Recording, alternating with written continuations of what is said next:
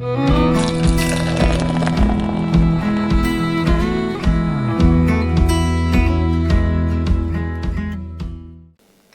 and welcome to Irondale Brewing. Bit of a different video today. I wanted to talk about when things go wrong in brewing. And the inspiration for this video came from, I had titles admittedly a bit clickbaity, but I had a batch that I did on Big Brew Day back in May that came out pretty darn poorly. And I want to talk about all the things that went wrong.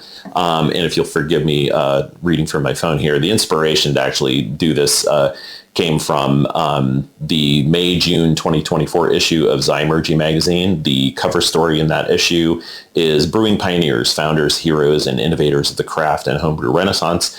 And it has a few paragraphs from Charlie Papazian, Roxanne Westendorf, who's on the board of the American Homebrewers Association and kind of a legendary homebrewer and brewer, and Sam Calgione, who's the owner and founder of Dogfish Head Brewing.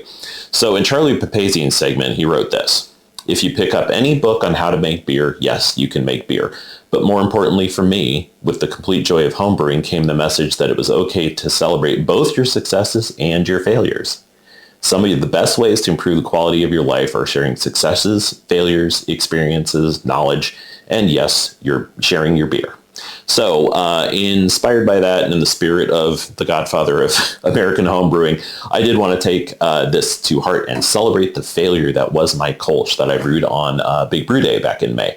I didn't even share the Brew Day video from this. I took chunks. I was on a Zoom channel with BrewTubers doing the Big Brew Day thing, and so I didn't have really good footage. And then after I got done with it, I was honestly pretty bummed, so I just decided to kind of shelve it. But I did want to talk about the end results and talk about, kind of what to do when things go wrong, how to analyze it, and how to basically get back on the horse and don't get too down if one batch doesn't come out very well. So again, I have some notes here if you'll pardon me looking at my phone once in a while here. So the first thing that went wrong on Big Brew Day is I was all set to go, came out, was going to get my water going, and the filter or the light on my RO filter went red. So I have a water drop RO filter. It's got a little light around the faucet, and it's usually blue when everything's good. If you see it yellow, it means, one or more of the filters needs to be replaced. Doesn't mean it's not working. It just means it's, time to replace it. Today, or that day, there was no warning. I turned on the faucet and it went red. So didn't want to risk the batch with bad water. So as I'm getting ready to brew, I have to stop doing what I'm doing, go to the store, get a bunch of distilled water. So I come back, do that. Next thing that went wrong is for the Kölsch recipe that I came up with. I don't even remember. I looked at a bunch of recipes and kind of cobbled some stuff together. The water additions were so small that the scale that I was using on that day, which was this one, I use this for most things, but I didn't realize until I was doing this particular batch, because the water additions were so tiny per 2.5 gallon batch, that scale does not it's not precise enough to measure the small amounts that I needed for my water additions. So I kind of guessed as best I could, and that is never a good idea. Did not go well. I should have probably just gone to the store again and gotten spring water or something other than distilled and just forgot the water additions. But again, I'm using this as a learning experience and to share kind of what went wrong on this particular brew day. So that was the second mistake. And then the last piece, the next thing, I just want to make sure I'm hitting all the low points here. I ordered the grain and I ordered it crushed because at that point I didn't have a mill. And so it came crushed. Visibly it didn't look totally off to me. But the crush, especially for brewing a bag, was really poor, or, looking back at it, maybe they mixed up and gave me not crushed. I didn't notice that it didn't look crushed at all. But anyway, the crush was poor. So I wound up only getting, again, forgive me, I just want to make sure I'll share all the stats with you because they're pretty disastrous. So I wound up getting 55% brew house efficiency. So what that means, of course, is that my original gravity was 8 points low. My final gravity turned out to be 5 points high. And so the ABV for the Kölsch came in at 3.4%. I was shooting for more like 4.5, 4.6. So the bigger concern for me was the final gravity of 1.012, supposed to be 1.008, I believe. And the poor attenuation of the yeast, again, probably just because things were out of whack, wasn't enough sugars for the yeast to work with. So anyway, it was not going to come out. I could tell just from the stats and even from the start, it's not going to come out the way I wanted. I also wound up somehow about a quart low on the volume. But given that the fact that which normally if you're a little bit off, you top it off when you go in the fermenter, or you just don't worry about it. And certainly given the fact but that's pretty low. A quart's pretty low on a 2.5 gallon batch. And given the fact that it was already low original gravity, I did not want to dilute it further. Wound up not mattering. So you'll see in a second, it ended up being, just a throwaway batch here. So I think that's all that went wrong. Let me just look here. Yeah, I mean, everything that could have gone wrong. RO filter didn't work, had to stop doing what I was doing, go get water. I couldn't measure my water additions accurately enough. The gravity was off, the attenuation was off, grains weren't crushed enough, blah, blah, blah. So anyway, just everything, this is one of those days that everything that could have gone wrong other than a power outage or something like that went wrong. I mean, the brewing process itself was okay, mash, temp, held, all that stuff. But when you have that much stuff wrong, it's just not going to come out well. So anyway, that's the background. And what I wanted to do is actually kind of show you the beer and taste the beer alongside this Kölsch that I just tried recently. This is the second can I have of it. And this is a Kölsch from Progression Brewing in, I forgot already, Northampton, Massachusetts.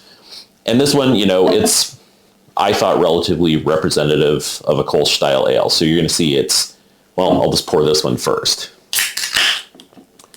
You're going to see it is nice and clear, light color, nice white head. Hopefully I don't have too much stuff on the glass there.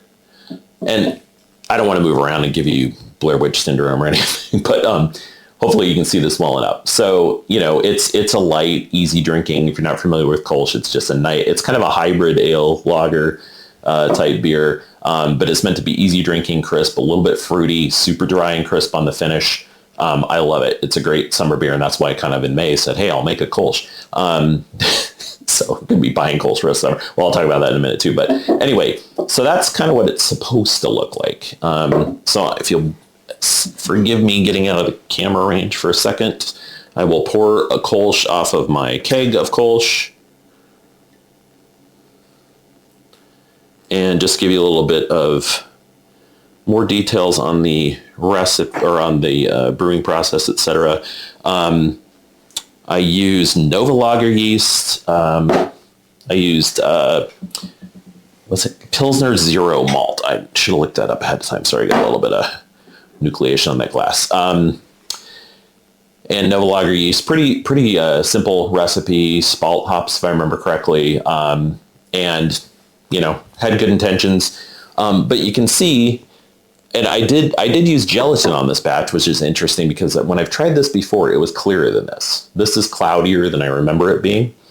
So yeah, not super clear, especially given that I used gelatin. And you can see the color, it's light, but it is not, to me, not appealing. It looks like this beer diluted, which is kind of what it is.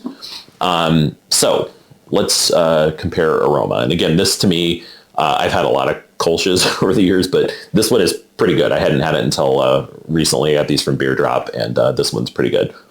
So it has that characteristic lagery, a little bit sulfur to it, which, is okay in a lager type beer, and is kind of a hybrid. And a little bit fruity, a little bit malty, but, kind of a light aroma.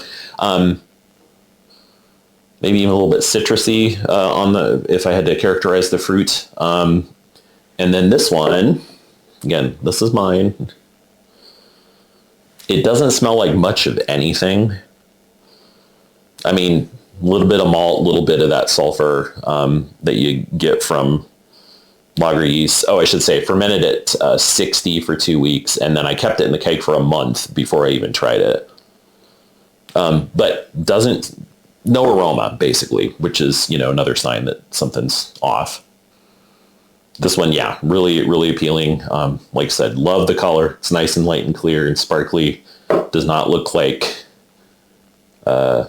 dishwater. I don't know how you'd characterize that. But again, super, I was super low on my original gravity and high on my final gravity. So that's what you wind up with. So let's do a taste here. Yeah, so this one is everything you want out of a Kölsch. I've had drier Kölsches than this, so this one's a little bit meaty in the middle, which I don't dislike. And there's, like with any style, there's going to be variants, and different breweries make them differently.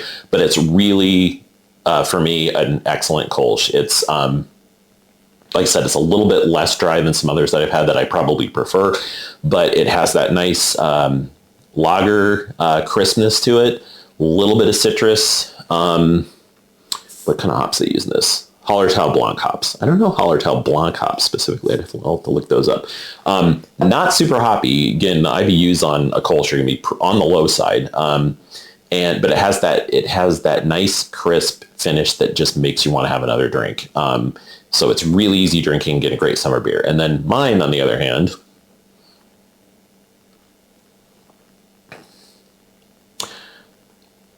it has an unpleasant tartness to it, and not like infected or anything. It just doesn't. It's not as bad as I remember, honestly. But it's lemony, which I guess I'd have to look, refresh my memory on the characteristics of the hops I use on that. So it has that kind of hop lemony flavor to it, but that's kind of all you taste. There's no body in the beer, and just no malt flavor. And you want a little bit of that. And the finish is too sweet, because I got really bad attenuation, I think, because there was just not enough for the yeast to work with. And the other thing that I want to talk about is because the water chemistry was not great, this one comes out really, really minerally tasting, especially in the finish. So it doesn't have a lot going for it. The little bit of flavor that is there is lemony, not unpleasantly so, but it's not what you want out of a Kölsch. Not crisp at all, and the finish is almost a little bit salty, if that makes sense, or minerally. So all in all, I hit none of the marks on this beer that I would have wanted to. Not something I want to drink. And like I said, it's interesting to me because when I poured it before, and it's been in the keg for probably 2 months now, but when I poured it before, it was pretty darn clear and light. And now it has kind of gone cloudy. I don't know. Anyway, like I said, I don't get any sense that it's infected or anything, but it is not something I'm going to drink. So it will get dumped. I've only been saving the keg until I had time to do this video. So I'm going to want to wash that down with a little bit of this one again. Yeah, that's a good beer. If you have a chance to get this one. Again, it's NoHo, I guess is how you'd say it. Progression Brewing Kölsch style ale out of Northampton, Massachusetts. And there are plenty of good Kölsches out there. But anyway, that's a good one. So anyway, next step, obviously, is this went very poorly, wound up with bad results, and you can give up or you can adjust and move forward. I immediately ordered the ingredients again because it's one of those things that's going to bother me and stick in my brain until I do this again and do it well and end up with good results. So hopefully I'll have a follow-up video later this summer. Have a couple other things queued up to get brewing before this, but how do you correct this stuff? Well, for starters, I fixed my RO filters and I have backup filters. I probably could have messed with the filters because I always have backup filters. But again, that's not the end of the world. That was not the worst thing. It's just kind of like this brew day is not starting out well sort of deal. But anyway, you can always just go get, distilled water or whatever. But the addition of the water additions. So easy fix there. All I had to do was get a better scale. This one goes down to hundredths of a gram, and that's what I needed for the additions for the Kölsch. So that solved that problem. Just get a better scale. This wasn't super expensive. I got it on more beer. And it's great. I use it for hops and everything now. This one was okay for this bigger one that is not very precise was okay for hops and certainly for grains. But this is excellent and it will serve me well for when you need those fine tunings. And I've since made a couple of batches with that and, gotten good results. The semi-hazy IPA that I didn't release a brew day video of. Oh yeah, I did release a brew day video of that, and I'll do a tasting of that one probably next. And it had, some tweaky water additions. And yeah, when you got a skill like that, no problem. And then the second thing I did was immediately ordered a mill, and I got the Mighty Mill 3-roller. It is great. You can dial it down to super fine crush for brew in a bag.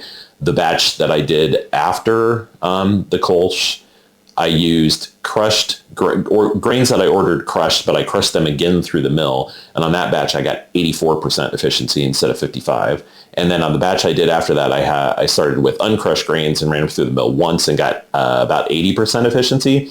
So that's going to be great. And that I can't recommend that highly enough. If you're going to do all grain, get a mill. Just do it, because you're going to be unhappy, at least in my case. If you get uncrushed grains and end up with crappy beer, it's not fun. So those were the two major things. As far as the water volume, I can't imagine that anything happened there other than I just wasn't paying attention and screwed up. And it could be because we were brewing on Zoom and I wasn't, not to blame anybody but myself, but I may not have been paying attention to how much water I actually got in there. I felt like before that batch I had my grain absorption and my boil off rates pretty solid. So unless the only other thing, and I can't imagine it would make a quart of difference, is if there was some atmospheric thing going on that had the boiling rate going through the roof or the boil off rate going through the roof. I don't think that was anything other than me screwing up. And like I said, that's not the end of the world in a typical batch. If everything else was going well, if you end up with low volume, you might have your gravity might be higher than you want. You just top it off a little bit. But again, I didn't want to do that since this batch was screwed up as it was. And at that point, it was, I could tell kind of as I was getting towards the end of the boil or at the end of the brew day that it was probably a lost cause. But anyway, I think that's probably all I wanted to say about that. Just to reinforce, I really took to heart Charlie Papazian's notion of celebrating your failures. I mean, that's part of it. Laugh it off. It's just beer. Don't get too down in the dumps. I was pretty bummed after that brew day, but I think it's a good thing to admit, kind of share, hey, this didn't go well. Analyze what went wrong, and do what you can to fix it. And you'll do better next time. And like I said, I'm going to do that Kölsch again because, I don't know, I'm the kind of person that that didn't go well and I need to do it right. And so we'll try next time and hopefully hit the marks much better. And I think that's about it for this video. So cheers. And I hope all of you take this to heart as well. And just, there's a lot of videos out there about how great people's beers come out. And generally speaking, that's true. This is the only beer that I've made that I can remember that I'm like, this is just not what I wanted and not particularly drinkable.